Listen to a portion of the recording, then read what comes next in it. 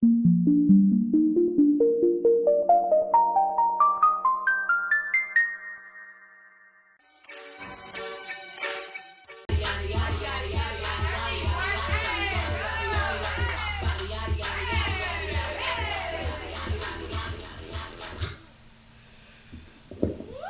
doing tonight, y'all?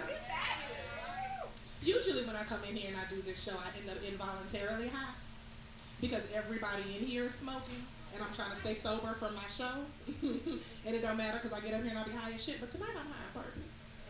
I smoked when I walked in this motherfucker. Doc talked about Beyonce made us leave Rodney, but no, bitch. Rodney made us leave Rodney. She ain't had nothing to do with it. Why she didn't leave Jay-Z? Jay-Z comes with 10 figures, nigga. Rodney comes with 2 baby mamas, bad credit, and no curve in his dick. Fuck Rodney. Okay? Beyonce forever. The other comedian, he told me, he said a girl was riding him, and as he started coming, she slapped the shit out of him. I was sitting over there like, bro, when I tell you that bitch would have to square up with me. You don't do that shit with no new partner. You gotta warn a bitch. I'd have uppercut the fuck out that bitch. Spartan kick. Goddamn, get the fuck off of me. I'm about to knock your goddamn teeth into orbit. Don't try that shit with me. Keep your hands where I can see it. Okay? Right here, I got this. Shit. Y'all ain't fucked up. Oh, this is a different kind of story, y'all. There's nothing more embarrassing than thinking that you got your shit together, and then some random bitch points out that you ain't got your shit together. I was at the casino the other day, and I was thinking, ooh, I look good. I'm walking in there like I am the Beyonce of fucking comedy. I got a show. I'm walking in there, do. I feel cute as fuck. I'm like not making eye contact with anybody. I'm like, they're all watching me. I was feeling good. This random girl walked the fuck up to me and like pinched my booty. And I turned around and I looked at her, because I'm gay, I kind of lady. But what made you so comfortable? And she had an eyelash in her hand. She said, sis, you had an eyelash on your butt.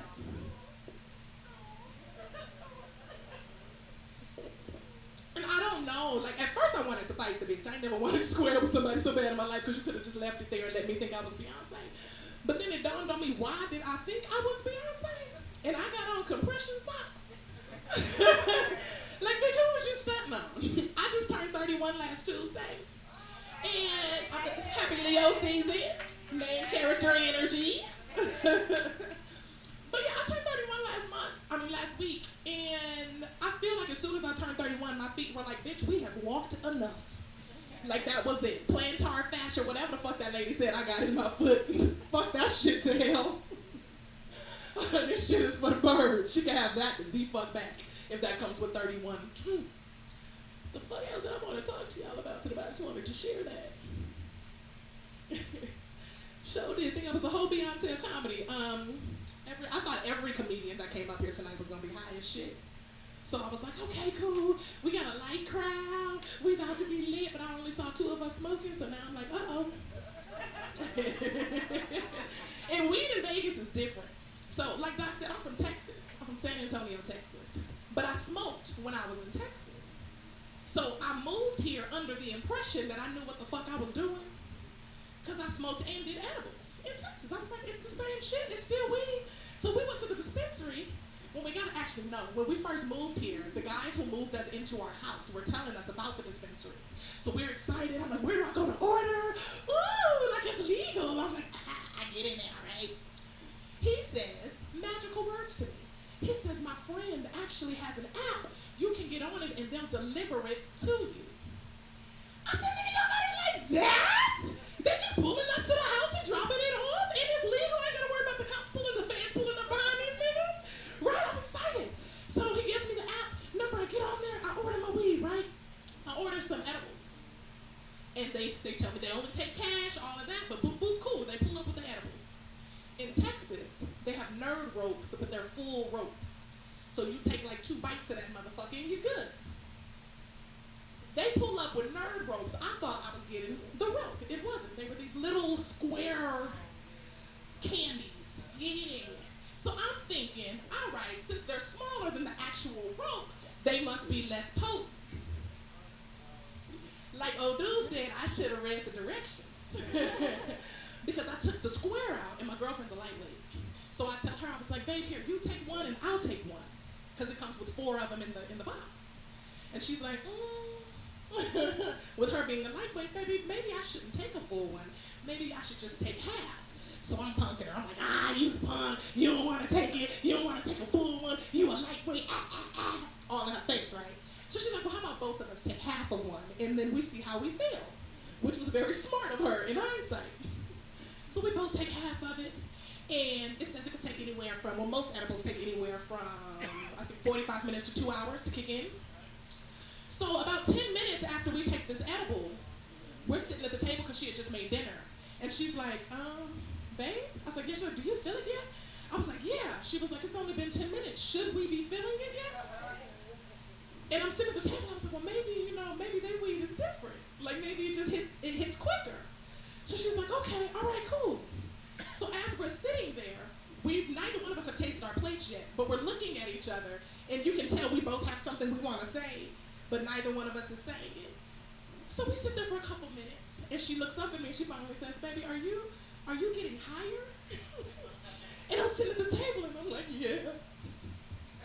And she's like, okay, all right, let's just drink some water. Like, we'll be okay. We'll drink some water. Let's see what we have in the refrigerator. She goes to the refrigerator. She's like, we got orange juice. I don't know if y'all know this, but when it comes to mushrooms and any type of psychedelic, drinking orange juice will actually amplify your high. We didn't know what we was doing. So she pours me some orange juice. We drink the water. I'm sitting at the table. I'm getting higher. I'm getting higher. I'm getting higher. And I can't, stop the high, right? So at this point, now we're both scared. We decide to look at the directions of the actual fucking edible, which reads, do not consume an entire square. And it can kick in within 30 minutes. It also says most potent formula on the bottle. We didn't read none of that. And I'm continuing to get high. At this point, I can see sounds. I can taste shapes. And I can hear movements. So she's like, well, just go ahead and eat your food. Sometimes when you eat, it can bring your high down. So I taste the spaghetti, and she's like, how's the pasta taste? And I said, real triangular. She said, what? I said, you see that?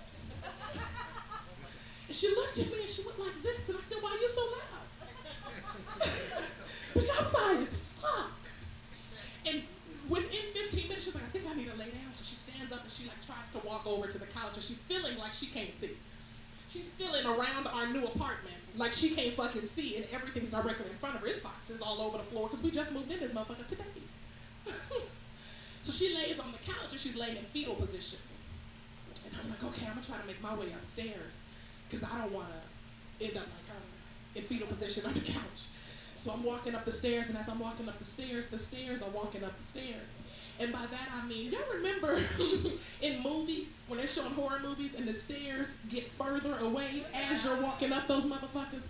The stairs were walking up the stairs, okay? So I'm trying to get up these stairs. I'm holding on to the rail, and before I know it, I'm pulling myself up the stairs like it's a fucking mountain. It's me versus the stairs, bitch. I will conquer this. I'm making my way up there. I make it all the way to the top of the stairs, and I hear my girlfriend go, baby. I look back down the stairs, and the stairs are walking down the stairs. Bitch, I'm not coming back. I'm crawl. I don't know what to tell you. I don't know what kind of relationship you thought this was. I'm not a super saver. I'm not that. You're gonna have to figure it the fuck out like I did. I perform in LA on Sunday. I'm super excited. It'll be my first time performing there. So I'm really, really excited about it. But I don't necessarily like road trips. LA is close by. I feel like anybody who loves road trips did not get traumatized like I did with road trips growing up.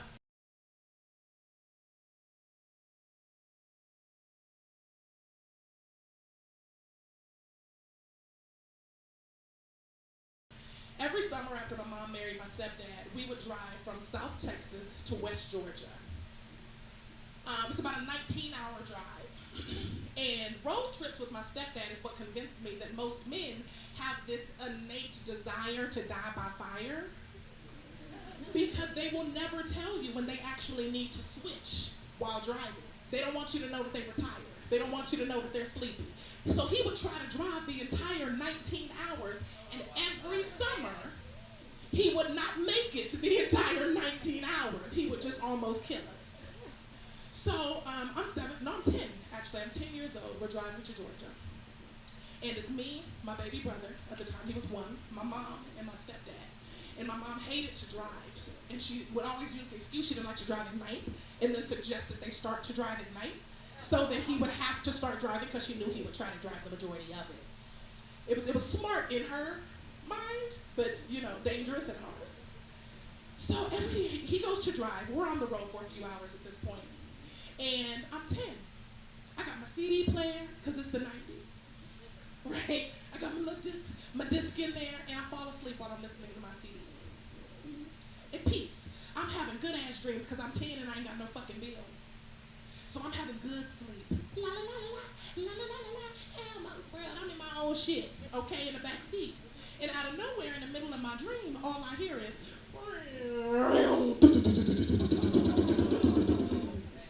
So of course I wake up screaming because I have no idea what's happening, but I know it's bad shit. So I wake up. My mom wakes up. My brother wakes up. My stepdad is knocked the fuck out. Everybody else in the car is up except the driver. Okay? Everybody on this motherfucking street is awake except this motherfucker. And my mom gonna turn to him and ask him the dumbest fucking question. She gonna tap him on the chest and go, "You good?" I'm in the back seat like, bitch, if he was good, you wouldn't be awake to ask him that. Like, what kind of shit is that? I'm 10. Why do I have this logic and you do not? He's not good. And he's gonna lie about it. So he would pretend to be good. Oh yeah, my bad, I'm sorry. Shit, I don't know what happened. I do? I'm in the backseat like, pick me. What the fuck? I know what happened. And my mom would just roll back over, pull her blanket up, and go back to bed. She was very trusting with all of our lives. So I decided this year, because I was 10, that I was going to be petty. And I put my earphones in, I put my headset on, for those of y'all that, not all of us are old enough, I put my headset on. Except 20-year-old, we ain't had earphones back then. But anyway, put my headset on, and I decided I'm going to be petty. I start singing songs to my mother from the back seat. Now, y'all, I'm singing, so I'm 10, and I didn't think this part through. None of the songs that I'm singing make sense for a CD player because none of the songs are on the same CD. But I'm trying to be petty. So I'm in the back seat at 10 years old, like, sometimes I feel like a motherless child.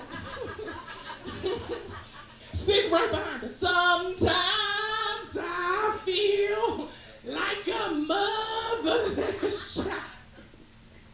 I'm singing songs that don't even make sense because they don't apply to her, but it sounds like it's supposed to be an insult because I'm 10. So I'm in the backseat like, and even though you was crack fiend, mama, you always was a black queen, mama. In the backseat, mad as shit, song don't make no sense. I'm holding on to the old shit bar for the next 13 goddamn hours because I don't trust him. And I'm thinking about how I'm about to run away when I get to Georgia. And I'm looking at my brother, and I'm looking at my mom, and I'm looking at my stepdad, and I'm holding on to the old shit bar. And I'm just like, and I'm gonna miss everybody, and I'm gonna miss everybody, y'all. Singing my own goddamn songs in the back that don't make no sense. And none of those songs are on the same CD. But men will convince you that they can drive longer than they can. So therefore, I no longer trust people to drive me on road trips. I take girls' trips. We can ride when the girl's in the car. As soon as a nigga decide he gonna get in the driver's seat, I'm alert. It's gotta be wide smack dab in the middle of the goddamn day. You cannot get behind this wheel, sir. I was talking to some friends. I'm pretty popular on TikTok. Talking to some friends on TikTok, and we got to speaking about men today. And like I told you guys, I have a girlfriend. I done switched it up on motherfuckers. But we were talking about men. And based on the complaints that they had, I think that the men in the dating pool today are evidence that God makes mistakes. Because everything that they listed when it comes to men that say they won't date a certain type of woman confused the shit out of me. Because my girls, they're pretty girls. Whether they're black, they're Asian, they're Hispanic, whatever. I roll with some pretty bad bitches. We cute as shit. One of my friends was saying there was a boy, or a man, depends on your definition, I guess, who said that he didn't date black girls. Okay, cool. But this particular man also had no teeth. I feel like your standards are a little higher, than they probably should be. There was a man who said he didn't date white women. That man had no job. I'm just trying to figure out which one of the white queens are checking for you, sir, with no money in your wallet. Another man said he can't date women with kids. He ain't taking care of nobody else's kids. That same nigga has 7 of his own. Sir, you're not taking care of the ones you got, Tyrone. So I was a little confused when it comes to standards. Because I'm like, either you have them and they're way too high, or you don't have them and your self-esteem is too low. It's confusing to me. It's confusing. The dating scene, I'm convinced that the dating scene has shit floating in it. Like the dating pool, it looks like if you get in it, when you get out, you're going to have a film on your body. I'm definitely trying to stay out of that. Yes, me. And then there's the pick-me females. The ones that they're looking for. Dudes will post something on Facebook like, only bad bitches with good pussy eat Oreos and bananas. And it'll be a bitch in the comments like, oh my God, that's all I eat. Goofy ass. Pick me. Bitch, all you just told him is that you're fat and depressed. Chill the fuck out, okay? Chill the fuck out, Becky. Let's pipe down. I am so excited about chapter 31. I just turned 31 on August 9th, and I learned so much while being 30. So I'm excited about all the lessons that I'm about to learn at 31. My grandmother always told me the 20s was for fucking up, and 30s was for cleaning up. So I was like, okay, all right, you learn from your mistakes in your 20s. In my 30s, I learned I don't necessarily like children, Unfortunately, before turning 30, I had 4. So, I still have to self-manage those 20 decisions. That's the thing. And it's not that I hate kids. It's that I hate the way that you're treated after you have them. Everything becomes about the baby. Where's the baby? How's the baby? Where's my grandbaby? And I'm still trying to figure out what the fuck is so grand about each of them, Mom. One of them won't wipe his ass properly. So that's interesting with the laundry. One of them tried to put his leg behind his head the other day. And I'm not exactly sure what he was trying to do, but I was this close to ordering him in a neck funnel. Yeah, your grandbaby was going to be in the living room dressed like a neutered pit bull, bitch. Yeah, that part. One of them won't stop licking the TV. And when I asked him why, he goes, it tickles. I don't know what part of the spectrum that is, but I want my fucking check. Yeah, they need to run me all my money. All my money. So, yeah, I don't necessarily hate kids. It's just, it can be a little bit hard to remember what you like about them, because mine cannot be the children of the future that Whitney sang about. She wasn't talking about mine. They cute, but she wasn't talking about mine. I don't know about the rest of that. I'm pretty sure the legend is going to be great at whatever it is he decides to do. I have a 6-year-old named Legend. But I think he's either going to be a phenomenal, doctor or lawyer, genius, or he's going to be a serial killer. And it's a very fine line, because he's super smart. He's into music. He's into, anime and engineering and things of that nature. At 6 years old, that's dope. He can fix a Rubik's Cube. Very smart. That's the one I think is on the spectrum. But he also doesn't break his Kit Kats. He just dives right into them motherfuckers. He eats his tacos from the bottom and just lets the meat fall in his mouth. So, it's just small shit like that that has the entire family at the table looking at him like, we're definitely locking our bedroom doors tonight. Right? We love him, but there are no weapons in the house. He's amazing. He's amazing. He's the sweetest, most affectionate kid you will ever meet.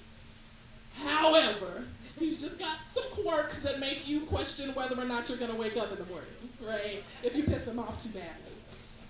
Oh, I didn't get this last one. I'm going to leave you guys with a message. I'm going to leave you guys with a question, and maybe some of you, because I do see that we have some of the audience today, this question is for the non-melanated community. And I just want to know, why is it when someone points out that you, for instance, what is your ethnicity? German and Indian, right? Whenever we ask someone who is non-melanated, oh, actually we don't ask, but when we call them white, they counter with, I'm not white, I'm Celtic. The fuck is that? Exactly. Like, to us, bitch, you're white. What does that have to do with anything? What are we supposed to say to that? I'm not white, I'm Nordic. I'm Welsh. So what are we supposed to say? You're off-white, bitch? What are you, eggshell? You fucking pearl, bitch? What are we supposed to pearl up? What are we supposed to say to that? You're white. We don't know anything about our own goddamn history. What the fuck makes you think we care about yours? We don't care about none of that shit. Because your nana came from Ireland. Fuck her too. Okay? At least in our community. Thank you guys so much. My name is Joe P. I hope you guys appreciated the show. Give it up for all the comedians.